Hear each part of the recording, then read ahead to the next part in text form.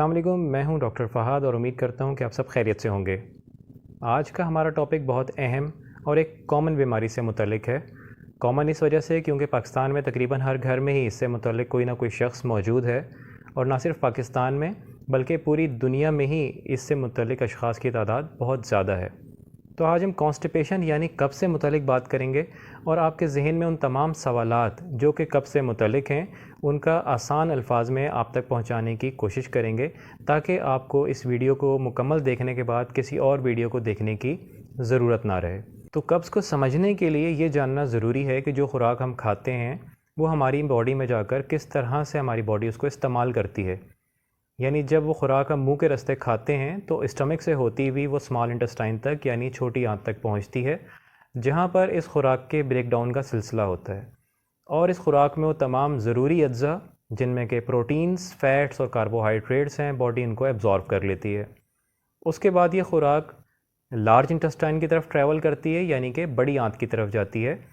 बड़ी आंत में कंपैरेटिवली स्मॉल इंटेस्टाइन की मूवमेंट स्लो होती है और यहाँ पर पानी और नमकियात की एब्जॉर्प्शन होती है।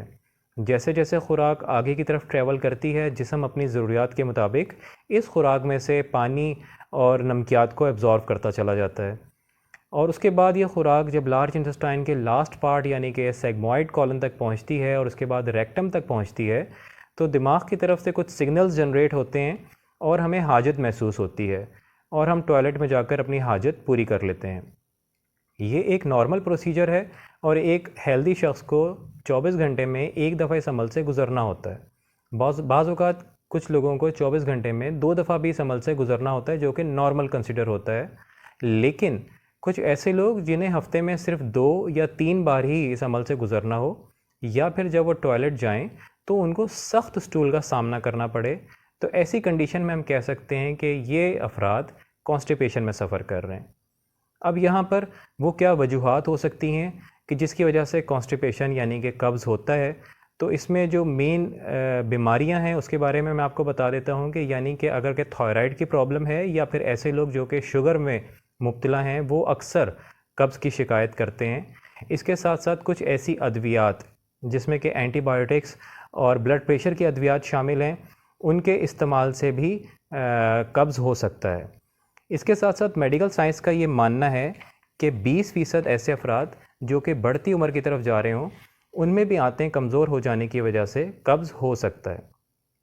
एक और बहुत अहम वजह मैं आपको बताना चाहूँगा कि अगर माजी में कभी आपको कब्ज़ का सामना नहीं करना पड़ा लेकिन पिछले 1 या 1.5 माह से मुसलसल आप इस बीमारी में मुब्तला हैं या फिर आपकी एज 50 साल या फिर इससे ज़ायद है और आपको स्टूल के साथ खून भी रिपोर्ट हो रहा है या फिर आपको कभी कॉन्स्टिपेशन या फिर कभी डायरिया, इन दोनों बीमारियों को फेस करना पड़ रहा है, तो बिला किसी ताख़ीर के आपको अपने मुआलिज से रब्ता करने की ज़रूरत है ताकि आपका मुआलिज उसको मज़ीद इन्वेस्टिगेट करके और आपके उसके मुताबिक आपको अद्वियात तजवीज़ करें और आप इस बीमारी की मज़ीद कम्प्लिकेशन से बच सकें और इसका इलाज पॉसिबल हो। इसके साथ साथ एक और अहम हकीकत भी मैं आपको बताता चलूँ कि बेशुमार अफराद ऐसे भी हैं जो कि इन बीमारियों में तो मुब्तला नहीं होते लेकिन सिर्फ अपनी अनहेल्दी लाइफस्टाइल की वजह से इस अज़ियतनाक बीमारी में मुब्तला होते हैं और अपना अनहेल्दी लाइफस्टाइल छोड़ने के लिए भी तैयार नहीं होते। तो यहाँ पर मैं आपको बताऊँगा कि ऐसी कौन कौन सी हैबिट्स यानी आदत हैं जिनको अपनाकर आप एक हेल्दी लाइफस्टाइल गुजार सकते हैं और इस बीमारी से निजात हासिल कर सकते हैं। ना तो आपको डॉक्टर्स के पास जाना पड़ेगा, ना अपना इलाज ख़ुद करना पड़ेगा और ये ना घरेलू टोटके अपनाने पड़ेंगे। इसके लिए सबसे ज़रूरी चीज़ वो ये है कि सबसे पहले तो आप अपनी ख़ुराक में एक तवाज़ुन और एक तरतीब पैदा करें। ऐसा हरगिज़ ना करें कि 2-2 दिन तक रोटी या ख़ुराक ना खाएं और जब खाएं तो फिर खाते ही चले जाएं। इससे आपका डाइजेस्टिव सिस्टम बहुत बुरे तरीके से डिस्टर्ब होता है। जो आपकी जिस्म की नीड है, जितनी ख़ुराक आपके जिस्म की नीड है, उसके मुताबिक रोज़ाना की बुनियाद पर उतनी ख़ुराक ज़रूर खाएँ ताकि आपका जो बॉडी का डाइजेस्टिव सिस्टम है वो सही तरीके से अपना काम सर अंजाम देता रहे। अगर आप डाइटिंग कर रहे हैं या फिर अगर अपना वेट कम करना चाह रहे हैं तो इसका मतलब ये हरगिज़ नहीं होता कि आप 2-2 दिन तक ख़ुराक छोड़ दें या फिर गैर मतवाज़न ख़ुराक खाना शुरू कर दें। डाइटिंग करने के और बेशुमार तरीके हैं जिसके लिए आप प्रॉपर एक डाइटिशियन से रब्ता करें जो कि आपको इसकी डाइटिंग के तरीके बताएंगे ताकि आप इस तरह के गैर मतवाज़न तरीके से बच सकें। इसके अलावा दूसरी अहम बात कि पानी आपके जिस्म की बहुत अहम ज़रूरत है। वेरी अनफॉर्चुनेटली कुछ लोग इसको अपनी ख्वाहिश के मुताबिक इस्तेमाल करते हैं, यानी कि जब आपको प्यास लगती है तो आप पानी पी लेते हैं, इससे आपकी डिज़ायर तो पूरी हो जाती है लेकिन आपके जिस्म की ज़रूरियात पूरी नहीं होती। लिहाजा याद रखिएगा कि आपके जिस्म की ज़रूरियात पूरी होना बहुत ज़रूरी है, और जो आपके जिस्म की ज़रूरियात है उसमें सर्दियों में कम से कम 8 गिलास पानी और गर्मियों में कम से कम 16 गिलास पानी पीना बहुत ज़रूरी है। इससे आपका डाइजेस्टिव सिस्टम प्रॉपरली काम करेगा, आपके जिस्म में स्टूल सख्त नहीं होगा और आप कब्ज़ जैसी बीमारी में मुब्तला नहीं होंगे। एक और अहम बात बता दूं कि बहुत ज़्यादा ठंडा पानी पीने से भी इज्तनाब करें और कोशिश करें कि रूम टेम्परेचर वाला पानी ही इस्तेमाल करें।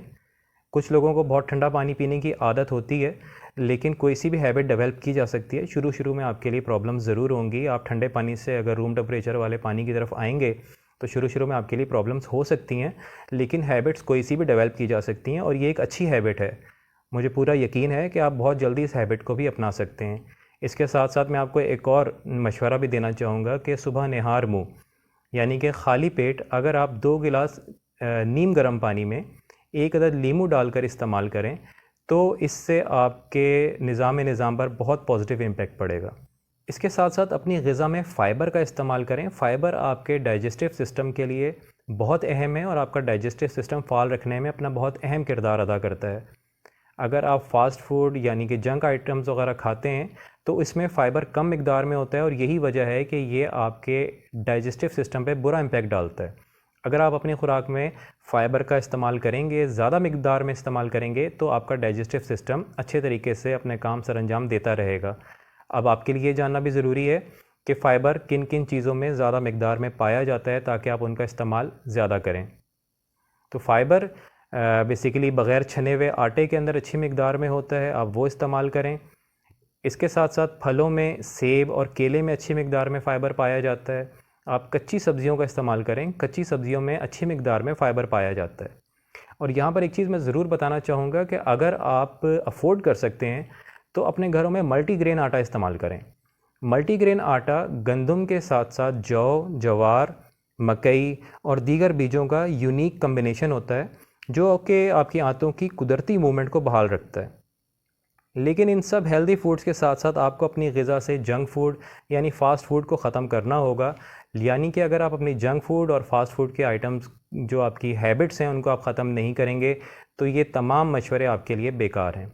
लिहाजा जंक फूड और फास्ट फूड की आदत से निकलें और हेल्दी लाइफस्टाइल की तरफ आएँ ताकि आप इस कॉन्स्टिपेशन जैसी बीमारी से निजात हासिल करें। और इसके अलावा एक और ज़रूरी बात कि नाश्ता ज़रूर करें।